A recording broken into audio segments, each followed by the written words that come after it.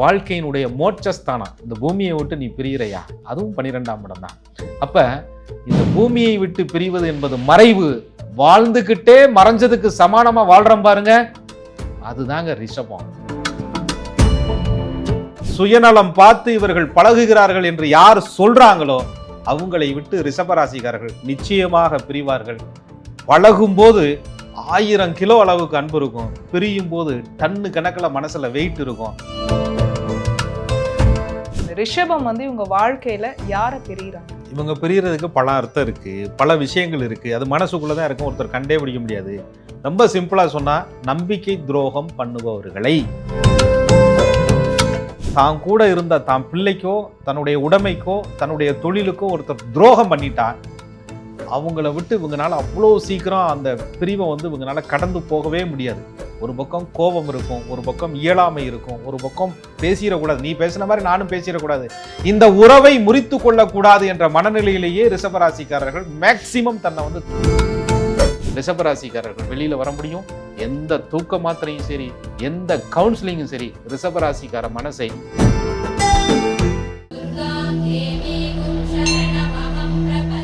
Sir, ரிஷபராசி இவங்களுடைய வாழ்க்கையில யாரை பிரிகிறாங்க சார்? அதே மாதிரி இந்த பிரிவு எதனால ஏற்படுது? இந்த பிரிவு அவங்களுடைய மனசை எந்த அளவுக்கு பாடுபடுத்துது? இவங்களுடைய வாழ்க்கையோட அடுத்த கட்ட பரிணாமம் எப்படி இருக்கும், இதை சொல்லுங்க. அதாவது நீங்க கேட்குற கேள்வியில 1000 அர்த்தங்கள் இருக்கு. ஒருத்தரை பிரிகிறோம் அப்படின்னு சொன்னா எடுத்தோடனே நமக்கு நினைக்கும், சார் நாங்கள் நல்லா லைஃப் வாழ்ந்துகிட்டு இருந்தோம், ஹஸ்பண்ட் அண்ட் ஒய்ஃபாக இருந்தோம், நாங்கள் 2 பேரும் பிரிஞ்சிட்டோம். இது மட்டுமே அல்ல பிரிவு. நல்ல நண்பன், நல்ல உறவு, நல்ல குடும்பம், நல்ல ஒரு மாதிரியான ஒரு அட்வைசர், ஒரு ஆலோசனை பண்ணி உங்களை வழி நடத்திட்டு எடுத்துட்டு போனவங்க, உங்களுக்கு கிடைத்த வாழ்க்கை சூழல், நீங்கள் வேலை பார்க்குற இடம், எல்லாத்த விட்டு ஒரு கட்டத்தில் நம்ம பிரியக்கூடிய, பிரிவை ஏற்படுத்தக்கூடிய, பிரிவை ஏற்படுத்திய நபர்கள்லாம் நமக்கு பிரிவை சந்திக்கக்கூடிய இடம். இதை ஜோதிடத்தில் எப்படியா சொல்கிறது அப்படின்னா, 12ஆம் இடம் அப்படின்னு சொல்கிறாங்க. அந்த இடம் ஒரு பிரிவை சொல்லுது. வாழ்க்கையினுடைய மோட்சஸ்தானம். இந்த பூமியை விட்டு நீ பிரியிறையா, அதுவும் 12ஆம் இடம் தான். அப்ப இந்த பூமியை விட்டு பிரிவது என்பது மறைவு. வாழ்ந்துகிட்டே மறைஞ்சதுக்கு சமானமா வாழ்றோம் பாருங்க, அதுதாங்க ரிஷபம். அதாவது பாசம் வச்சாலும் பெருசா வைப்பாங்க, பிரிஞ்சாலும் ரொம்ப பிரிவா இருப்பாங்க. இவங்க அந்த பாசம் வைக்கும்போது அவங்க காட்டுற அன்பு இருக்கு பார்த்தீங்களா, ஒருத்தரை கேர் பண்ற விதம் இருக்கு பார்த்தீங்களா, சும்மா உதட்டளவில் இருக்காது. சாப்பிட்டீங்களா, என்ன சாப்பிட்டீங்க, தூங்குனீங்களா, அடுத்து என்ன பண்ணுறீங்க, அடுத்த நேரம் என்ன பண்ணுவீங்க, குடும்பம்லாம் எப்படி இருக்குது, வாழ்வாதாரத்துக்கு என்ன பண்ணுறீங்க, அடிப்படை தேவை எப்படி இருக்குது அப்படின்ட்டு ரொம்ப பர்சனலாக ஒரு வீட்டுக்குள்ளே வரவேற்பறை மட்டும் இல்லாமல் அடுப்பெரியும் இடத்துல கூட உங்கள் வயிறுக்கு சாப்பாட்டுக்கு அன்னம் இருக்கா அப்படின்னு ரொம்ப டெப்த்தாக ஒருத்தரை பற்றி யோசிக்குதுன்னு சொன்னால் அது ரிஷபம்.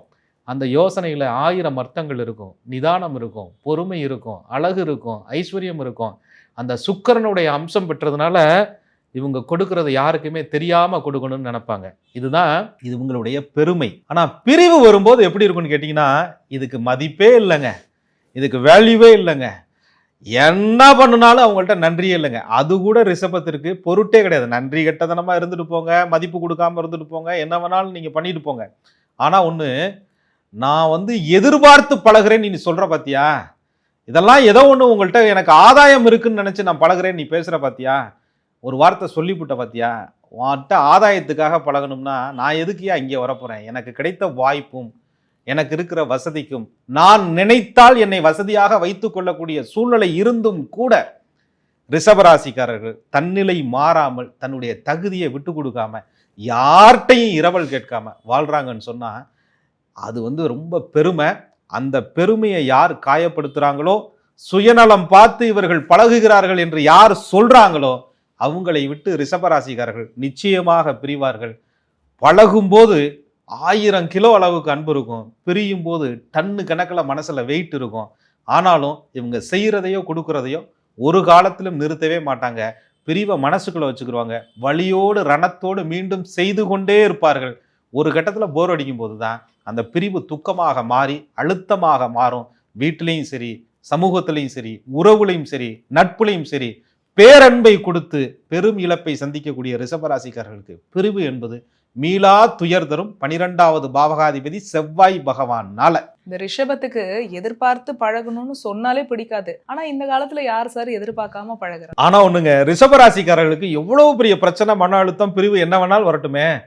இந்த சில பேர் சொல்லுவாங்கல்ல, காலையில இருந்து சாப்பிடலப்பா, அண்ணன் தண்ணி கூட சாப்பிடல, பச்சை தண்ணி குடிக்கல, பச்சை தண்ணி பல்ல விடாம கவலைப்பட்டுக்கிட்டு இருக்கேன். அதெல்லாம் ரிஷபத்துக்கு பிடிக்கவே முடியாது. ஃபர்ஸ்ட் ஆர்டர் போடுறது ஸ்விக்கியில சாப்பாடு, பிரியாணி ஆர்டர் போட்டு தெம்பா சாப்பிட்டு கவலைப்படுவோம். இப்ப என்ன பிரியா அப்படின்ற மாதிரி தான் ரிஷபராசிக்காரர்கள் தன்னுடைய வயிறுக்கு வஞ்சகம் செய்யவே மாட்டார்கள். ஏதாவது ஒரு ஸ்நாக்ஸாவது சாப்பிட்டுக்கிட்டு கவலைப்படுவோம். அப்ப என்ன நம்மளை மீறி என்ன ஆயிரப்போகுது அப்படின்னு இவர்கள் தன்னுடைய மனசை கஷ்டப்படுத்திக்கிறாங்களே தவிர தன்னுடைய உடம்பையும் தன்னுடைய வயிறையும் ஒருபோதும் ரிஷபராசிக்காரர்கள் கஷ்டப்படுத்தவே மாட்டாங்க. அதனால பிரிவு கூட இவங்களுக்கு உடல்நிலையை பாதிக்காது, மனசைத்தான் அதிகம் பாதிக்கும். இவ்வளோ மனக்கவலையிலும் கூட சாப்பிடுவாங்க அப்படின்னு சொல்றீங்க. அந்த அளவுக்கு சாப்பாட்டு பிரியர்கள்? சாப்பாட்டு பிரியர்களும் கிடையாது.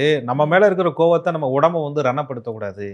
ஒவ்வொரு உறுப்பும் நமக்கு முக்கியம். நம்ம நல்லா இருந்தா தான் நம்ம பிள்ளை ஊட்டி நல்லா இருக்குன்னு அதுவும் கூட தியாகத்தோடு தான் ரிஷபராசிக்காரர்கள் இருப்பாங்களே தவிர அந்த சாப்பாடுங்கிறது ஒன்றும் அவங்களுக்கு முக்கியம் கிடையாது. சங்கம் முக்கியமா சாப்பாடு முக்கியமானா ரிஷபத்துக்கு சங்கம் முக்கியமா சாப்பாடு முக்கியமானா ரிஷபத்துக்கு சங்கம் தான் முக்கியம். ஆனா சங்கத்தை நடத்துறதுக்கு சத்து வேணுமே, அதனால சாப்பிடுவாங்க. இந்த ரிஷபம் இவங்க வாழ்க்கையில யாரை பிரியிறாங்க? இவங்க பிரியறதுக்கு பல அர்த்தம் இருக்கு, பல விஷயங்கள் இருக்கு. அது மனசுக்குள்ளதான் இருக்கும், ஒருத்தர் கண்டே பிடிக்க முடியாது.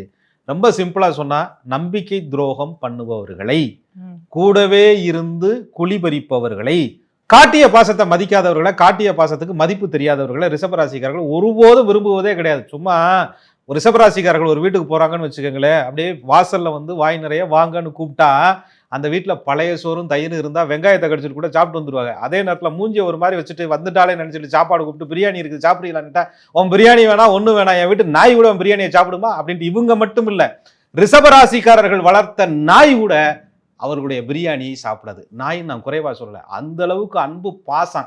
நம்ம வீட்டு எஜமானிக்கே இங்கே வழி இல்லை, நம்ம என்னடா அப்படின்ற மாதிரி அந்த அளவுக்கு பாசத்தோட செல்ல பிராணியையும் வளர்த்திருப்பார்கள். பாசத்தோட தன்னை பாதுகாக்காதவங்கள, தன்னை புரிஞ்சுக்காதவங்கள இவங்க விட்டு பிரிகிறது உறுதி உறுதி உறுதி. சரி சார், இவங்க பிரிஞ்சிடுறாங்க. பிரிஞ்சதுக்கு அப்புறமா இதுல இருந்து எப்படி சார் வெளியில வருவாங்க? அதாவதுங்க, இவங்களை மதிக்காத, இவங்களுக்கு நம்பிக்கை துரோகம் பண்ற எல்லாரையும் பிரிகிறது. அதுல ரிஷபம் கொஞ்சம் சென்சிட்டிவ். எப்படின்னு கேட்டீங்கன்னா, பிரிவு வந்ததுக்கு அப்புறம் அப்படியே அந்த கண்ணு ரெண்டும் அப்படியே கலங்கி அதுல 2 சொட்டு கண்ணீர், இந்த சின்ன வயசுல பாத்தீங்கன்னா பாதரசம் உருண்டுகிட்டு இருக்கும் பாருங்க, இங்கிட்டும் இல்லாம அங்கிட்டும் இல்லாம கிடுக்கிடுன்னு ஓடிக்கிட்டு இருக்கும் பாத்தீங்களா, அந்த 2 சொட்டு கண்ணீர் தண்ணி கீழே விழுகாத அளவுக்கு கண்ணுக்குள்ளேயே அப்படியே கலங்கிக்கிட்டே இருக்கும். அந்த கலக்கத்தோட அந்த பழைய நினைவுகள், இவங்க காட்டின பாசம், இவங்களுடைய அன்பு, இவங்க என்னெல்லாம் பண்ணுனாங்க, ஆப்போசிட்ல என்னெல்லாம் இவங்களுக்கு கிடைச்சது அப்படின்னு தான் மனசுக்குள்ளேயே அசை போட்டு கொண்டு, அந்த நேரத்துல அது என்னமோ அந்த பாடல் வரிகளே இல்லாத ஒரு இசை இவங்களுக்கு எங்கேருந்து தான் கிடைக்குமோ, அதை தனிமையாக அப்பையும் கூட ஒரு காஃபியை கையில் வச்சுக்கிட்டு, அந்த சூழ்நிலையில் கூட காஃபியை கையில் வச்சுக்கிட்டு அந்த ஜன்னல் ஓரத்தில் நின்றுக்கிட்டு அந்த பசுமைகளை பார்த்துட்டு, ரோட்டில் போகிறவங்க வரவங்க எல்லாத்தையும் பார்த்துக்கிட்டு, அந்த இதமான காஃபியோட இதமான மெல்லிய இசையை கேட்டுக்கொண்டு தன்னுடைய சோகத்தை அந்த கண்ணீர் தண்ணி அந்த காப்பி தண்ணிக்குள்ளே விழுகிற மாதிரி இவங்க கலங்கிக்கிட்டு இருப்பாங்களாம் முதல் நாள். இது ரிஷபத்தோட நிலை. சார், முதல் நாளே இப்படியா? அப்ப 2வது நாள் இந்த பிரிவினால ஏற்படக்கூடிய மனம் இவங்களுக்கு எப்படி இருக்கும்? இதுக்கு எந்த கிரகம் காரணம்? நிச்சயமா நீங்க சொன்ன மாதிரி அதுக்கு கிரகம் தானே காரணம். இது ஒரு மன அழுத்தம் வருது. நான் ஜோதிடப்படி 12ஆம் இடம் பிரிவு ஸ்தானம் வேலை செய்யும் அப்படின்னு சொல்றோம். அந்த வீட்டின் அதிபதியினுடைய நட்சத்திரங்கள் எங்கெல்லாம் இருக்குதோ அங்கேயெல்லாம் இவர்களுக்கு வேதனையும் சோதனையும் அப்படியே இருந்துகிட்டே இருக்கும். ரிஷபராசிக்காரர்கள் ரொம்ப சாஃப்டான அந்த சுக்கிரன்ட்ட ரொம்ப ஹார்டான அந்த செவ்வாய் போய் மோதும் போது அப்படியே பார்த்தீங்கன்னு சொன்னால், அடுத்த நாள் அந்த கோபத்தை தணிக்கிறதுக்காக, அந்த அப்படியே கவலையை தணிக்கிறதுக்காக மற்ற ஆட்கள்லாம் அப்படியே கோவப்படுவாங்க, ஏதாவது போட்டு உடைப்பாங்க, யாராவது திட்டுவாங்க, பேசுவாங்க. ஆனால் இவங்க என்ன பண்ணுவாங்க தெரியுங்களா, அந்த நேரம் தான் பழைய துணியெல்லாம் எடுத்து போட்டு தைப்பார்கள். தையல் மிஷினை அப்பத்தான் தேடுவாங்க தனக்கு ஆதரவா. அதை மிதிச்சுக்கிட்டே அதோட பேசிக்கிட்டே இருப்பாங்க.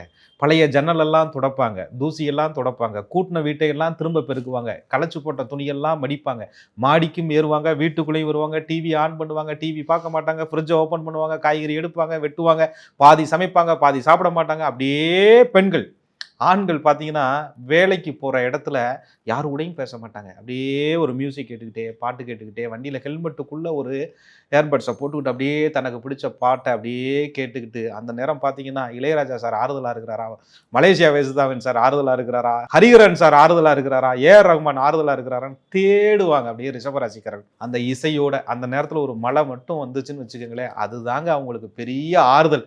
அப்படியே அந்த ஹெல்மெட்டை கலட்டி வச்சுட்டு அந்த மலையில் நனைகிறதும், அப்படியே அதை ரசிச்சுக்கிட்டு இருக்கிறதும், வீட்டுக்கே போக வேண்டாங்கிற மாதிரி சிந்தனையில் ஆழ்ந்து அப்படியே உட்கார்ந்துருக்கிறதும் ரிஷபத்தினுடைய 2வது நாளின் இயல்பு. வேகமான கிரகம் கூட செவ்வாய் சுக்கிரனோடு சம்பந்தப்படும் போது அந்த வேகமே இவர்களுக்கு சோகமாக மாறும். இதைத்தான் செவ்வாய் செய்வார். சரி சார், இந்த அளவுக்கு ஸ்ட்ரெஸ் ஆறாங்கல்ல, முழுமையா இந்த பிரிவினால ஏற்படக்கூடிய ஸ்ட்ரெஸ்ல இருந்து இந்த ரிஷபம் வெளியில வருவாங்களா? நிச்சயமா. அதாவது எப்படின்னு கேட்டீங்கன்னா, இது பசு மாதிரி. ரிஷபம் வந்து அப்படியே சாந்தமா இருக்கும். அதற்கு கொடுக்கப்பட்ட சின்னம் என்ன? எருது, காளை. அதை அப்படியே ரோசப்படுத்தினா அது வந்து எப்படி சொல்றது, தன் கன்றை பிரிந்த பசுவும் காளையாக மாறும்னு சொல்லுவாங்கல்ல, அது மாதிரி தான் கூட இருந்த தான் பிள்ளைக்கோ தன்னுடைய உடைமைக்கோ தன்னுடைய தொழிலுக்கோ ஒருத்தர் துரோகம் பண்ணிட்டா அவங்கள விட்டு இவங்கனால அவ்வளோ சீக்கிரம் அந்த பிரிவை வந்து இவங்கனால கடந்து போகவே முடியாது. ஒரு பக்கம் கோபம் இருக்கும், ஒரு பக்கம் இயலாமை இருக்கும், ஒரு பக்கம் பேசிடக்கூடாது, நீ பேசின மாதிரி நானும் பேசிடக்கூடாது, இந்த உறவை முறித்து கொள்ளக்கூடாது என்ற மனநிலையிலேயே ரிஷபராசிக்காரர்கள் மேக்சிமம் தன்னை வந்து தனிமைப்படுத்திக்கிட்டு அப்படியே ஒரு சோகத்தோட அப்படியே வீட்டுக்குள்ளேயே நடந்துக்கிட்டு எங்கேயுமே போக பிடிக்காம செய்த வேலைகளையே திரும்ப திரும்ப செஞ்சுக்கிட்டு புதிய ஆர்டர்ஸ் புதிய வேலை எது வந்தாலும் அதை அவாய்ட் பண்ணிட்டு அவங்க வந்து ஒரு பொறுப்பான ஒரு ஆட்கள் அந்த நேரத்தில் குழந்தை மாதிரி மாறி அப்படியே அதை வந்து வேதனையோடையே கடந்து போவாங்க. அந்த ரிஷபராசிக்காரர்கள் அந்த வேதனையை அப்படியே அனுபவிச்சுக்கிட்டு இருக்கும்போது ஒரு இடத்துல மட்டும் ஆஸ்வாசம் ஆவாங்க. குழந்தைய பார்த்துட்டா, தன்னுடைய பிள்ளையவோ மகனையோ பார்த்துட்டா அவங்கள்ட்ட வந்து இரவல் கேட்பாங்க, என் மனசுக்கு வந்து ஆறுதலான விஷயத்தை ஏதாவது ஒன்று பண்ணுங்க அப்படின்ட்டு. அந்த நேரம் ரிஷபராசிக்காரர்கள் அந்த குழந்தைக்கு என்ன பிடிக்குமோ அதை சமைச்சு கொடுக்குறது, அவங்களோட டைம் ஸ்பெண்ட் பண்ணுறது, அவங்களோட இருந்து அவங்க தலையை சீவி விடுறது, 10 தர பேணு பார்க்குறது, இது எல்லாமே பார்த்தீங்கன்னா அந்த குழந்தைய சுற்றி ஆண்களும் சரி பெண்களும் சரி தன்னை ஆசுவாசப்படுத்துவாங்க. ஒரு ரிஷபராசிக்கார ஒரு ஆண் சோகமான நேரத்தில் லீவை போட்டுட்டு தான் பிள்ளைய ஸ்கூலுக்கு அனுப்புறதும், அது பஸ்ஸில் ஏறுறதும், அது டாட்டா காட்டுறதும், அன்றைய நாளைக்கு அந்த பிள்ளைய போய் வாத்தியார்ட்ட பெர்மிஷன் கேட்டு நான் என் பைக்கில் கூட்டிகிட்டு வந்து 4 இடத்துல கூட்டிட்டு போய் சாக்லேட் வாங்கி கொடுத்தேன்னா எனக்கு மன நிம்மதின்னு சொல்லி தன் பிள்ளைக்காக ஒரு நாளை தியாகம் பண்ணி அந்த பிள்ளையோடு செலவழித்து தன்னுடைய மனசை ஆசுவாசப்படுத்துவது ரிஷபம். பொதுவாக நம்ம ஸ்ட்ரெஸ்ல இருக்கும் போது டாக்டர் கிட்ட போய் மெடிசின்ஸ்லாம் எடுக்கணும் அப்படின்னு சொல்லுவாங்க. ஆனால் ஜோதிட ரீதியாக இந்த பிரிவினால ஏற்படக்கூடிய மன அழுத்தத்துக்கு ஒரு ஜோதிடரா நீங்க ரிஷபத்துக்கு ஒரு தீர்வு சொல்லுங்க. ரிஷபத்தை பொறுத்த வரையும் இறக்கி வச்ச குக்கர் மாதிரி அவ்வளோ சீக்கிரம்லாம் ஆஃப் ஆகாது. அது புசுன்னு கொஞ்சம் கொஞ்சமாக தான் டெம்பரேச்சர் குறையும், கூலாவாங்க. அவங்கள பொறுத்த வரையும் அவங்களுடைய மன அழுத்தத்துக்கும் அவங்களுடைய சோகத்திற்கும் அவர்களை தவிர வேறு யாரும் ஆறுதல் மருந்து கொடுக்க முடியாது.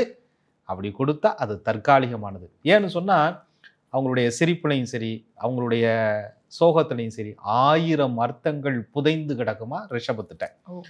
ஏன்னா அது காலச்சக்கரத்தினுடைய 2வது ராசி, குடும்ப ராசிங்க. குடும்பம் உடஞ்சிடக்கூடாது அப்படின்னு சொல்லக்கூடிய ஒரு ராசிங்க. காலச்சக்கரத்திற்கு 7வது ராசி துலாத்திற்கு அதிபதியாக சுக்கிரன் வருவதால் இணைப்பு ராசி அப்படின்னு பேரு. இணைக்கிறதுக்கு பிறந்த ஆட்கள் நாங்கள், பிரிக்கிறதுக்கு பிறந்த ஆட்கள் நாங்கள் கிடையாது. இணைந்த குடும்பத்தை சேர்க்கிற ஆட்கள் நாங்கள், இணைந்த குடும்பத்தை பிரிக்கிற ஆள் நாங்கள் கிடையாது. ஒரு குடும்பம் பிரிந்தால் ரிஷபத்திற்கு மனசு தாங்காது. தான் வாழ்க்கை பிரிந்தா தாங்குமா? அந்த அளவுக்கு ரிஷபராசிக்காரர்கள் அதிலிருந்து வெளியில் வருவதற்கு ரொம்ப கஷ்டப்படுவாங்க. ஆனாலும் அதை கூல் பண்ணுறதுக்கு அவங்க என்னெல்லாம் பண்ணுவாங்க அப்படின்னு பார்த்தீங்கன்னா, ரேடியேட்டரில் ஊற்றுற தண்ணி மாதிரி அடிக்கடி சாப்பிட்றது, கூல்ட்ரிங்க்ஸ் குடிச்சுக்கிறது, தன்னை ஆசுவாசப்படுத்திக்கிறது. அது இந்த நேரத்தில் அப்படியே பார்த்தீங்கன்னா ரொம்ப சோகமாக இருக்கக்கூடிய நாட்களை கூட தன்னுடைய தனிமையால் கடந்து போகக்கூடிய சூழ்நிலையை இவர்கள் உருவாக்கி கொள்ள வேண்டும். ரிஷபத்துக்கு சுக்கிரன் ஆதிக்கமாக இருக்கிறனால தன்னை அந்த நேரத்தில் தான் அழகுபடுத்திக்கணும், தன்னை அந்த நேரத்தில் தான் கண்ணாடியில் பார்த்து ரசிக்கணும். இவ்வளோ உண்மையாக பாசமாக உன்னை தவிர வேற யாருனாலையும் காட்ட முடியாதுன்னு தன்மேல் பெருமைப்படணும். இத்தனை வயசு ஆனாலும் உன் அன்பும் பாசமும் இன்னும் உன்னை விட்டு போகலை அப்படின்ற தன்னம்பிக்கை இவர்கள் இடத்துல வரணும். அந்த பாசத்தை அப்படியே உயிர்கள் மேலே செலுத்தணும். மனுஷன் மேலே காட்டினா தனியாக நம்பிக்கை துரோகம் பண்ணுது, வாயில்லா ஜீவராசி மேலே காட்டிட்டு போகும்னு சொல்லிட்டு அந்த ரிஷபராசிக்காரர்கள் வாயில்லா ஜீவராசிகளை அந்த நேரத்திலே நேசிக்க தொடங்க வேண்டும். அழகான முகத்தை மீண்டும் வடிவமைக்க வேண்டும். அந்த நேரத்தில் சமையல் பண்ணணும். அந்த நேரத்தில் வந்து அவங்க அப்படியே தன்னை வந்து தன்னுடன் இணைத்து கொண்டால் மட்டுமே ரிஷபராசிக்காரர்கள் வெளியில் வர முடியும். எந்த தூக்க மாத்திரையும் சரி, எந்த கவுன்சிலிங்கும் சரி, ரிஷபராசிக்கார மனசை மாற்றவே முடியாது. தானாக மாற்றிக்கொள்ளாமல், ஒருபொழுதும் தன்னை சரிப்படுத்தி கொள்ளாமல் ரிஷபராசிக்காரர்கள் வேறு யாருனாலும் சரிப்படுத்த முடியாது என்பதுதான் ஜோதிட நியதி. இந்த ரிஷபத்தை விட்டு பிரிஞ்சு போனவங்க திரும்ப இவங்களோட இணைவாங்களா? இவங்களுடைய வாழ்க்கையினுடைய அடுத்த கட்ட நகர்வு ரிஷபத்துக்கு எப்படி இருக்கு சார்? நீங்க வேற திரும்ப ரிஷபத்திட்ட வந்து சேரணும்னா பிரிஞ்ச ஆளுக்கு ஒரு கொடுப்பனை இருக்கணும். ஏன்னா ரிஷபராசிக்காரர்கள் வைக்கக்கூடிய கோரிக்கை என்ன அப்படின்னு கேட்டீங்கன்னா, உண்மையான தன்னிலை விளக்கம். இந்த பிரிவுக்கு உண்மையான காரணம் என்ன, ரீசனை சொல்லியா அப்படின்றது ரிஷபம். அந்த ரீசனும் அந்த காரணமும் இவர்கள் ஏற்றுக்கொள்ளும் விதமாக இருந்தால் மன்னிப்பு ஒரு முறை உண்டு. அதுக்கு மேலே இந்த தப்பு பண்ணுனா பிளாக் லிஸ்ட் தான், அதோட முடிஞ்சு போச்சு. உன் சீன் கதம் கதம். இது வந்து ரிஷபத்தினுடைய இயல்பு. சார் பிளாக் லிஸ்ட்னு சொன்னீங்க, இதுல இருந்து அவங்க வாழ்க்கையை பிளாக் ஆயிடுமோ? நீங்க வேற, பிளாக்கும் ஆகாது பஸ்டும் ஆகாது. ஏன்னு கேட்டீங்கன்னா கிரகம் சும்மா இருக்குமா? அடுத்து வந்து அடுத்த பாவகாதிபதி இவர்களுடைய ஜாதகத்திலே வேலை செய்ய ஆரம்பிப்பார். அடுத்து ஒரு தசையோ புத்தியோ லக்னத்தை பொறுத்து நடக்கும் இல்லையா? அது ஒரு புதிய நட்பு, ஒரு புதிய உறவு, ஒரு புதிய அறிமுகத்தை கொண்டுட்டு வந்து இவங்க வாழ்க்கையில வைக்கும். அது எப்படிலாம் எடுத்துட்டு போகுதுங்கிறது சுய ஜாதகம் அவங்களை தீர்மானிக்கும். அதை கூட நான் வந்து பார்ட் 3 வீடியோவில் நம்ம நேயர்கள் விருப்பப்பட்டா பதிவிடுவோம், பேசுவோம். நிச்சயமா, அதுவுமே அது கிரக ரீதியா நம்ம பார்க்க போறோம் இல்லையா? நிச்சயமா. ரிஷபராசி வந்து பிரிவினால ஏற்படக்கூடிய ஸ்ட்ரெஸ்ஸை இவங்க எப்படி ஹேண்டில் பண்ணுவாங்க, கிரக ரீதியா இது எப்படி அவங்க பார்ப்பாங்க அப்படிங்கிற விஷயம் இருக்கு. இதுல இருந்து எப்படி வெளியில வருவாங்க, இதுக்கப்புறம் அவங்களுடைய லைஃப் எப்படி இருக்க போகுது, இதெல்லாம் தெரிஞ்சுக்கணுன்ற ஆர்வம் கண்டிப்பா நம்ம நேயர்களுக்கு இருக்கும். ஏன்னா நீங்க வந்து ஆதரவு கொடுத்தீங்கன்னா நம்ம பேசுவோம் சொல்லி நிச்சயமா ஆதரவு கொடுப்பாங்க சார். ஏன்னா இத்தனை வீடியோஸ்க்கு நமக்கு வந்து ஆதரவு கொடுத்துருக்காங்க. கமெண்ட்ஸ்லாம் படிக்கவே முடியல இல்லையா? பிரிவு அப்படிங்கிறது வாழ்க்கையில முக்கியமான ஒரு கட்டம். அட்லீஸ்ட் இனிமே அடுத்து நடக்கக்கூடிய விஷயத்துல நம்ம வந்து ஜாக்கிரதையா இருக்கணும்ன்ற ஒரு அக்கறை வந்து எல்லாருக்குமே இருக்கும். நிச்சயமா தொடர்ந்து நம்ம வந்து இதை பத்தி நம்ம பேசலாம் சார். மிக்க நன்றி. உங்களுக்கு நன்றி. குரு வாழ்க, குருவே துணை.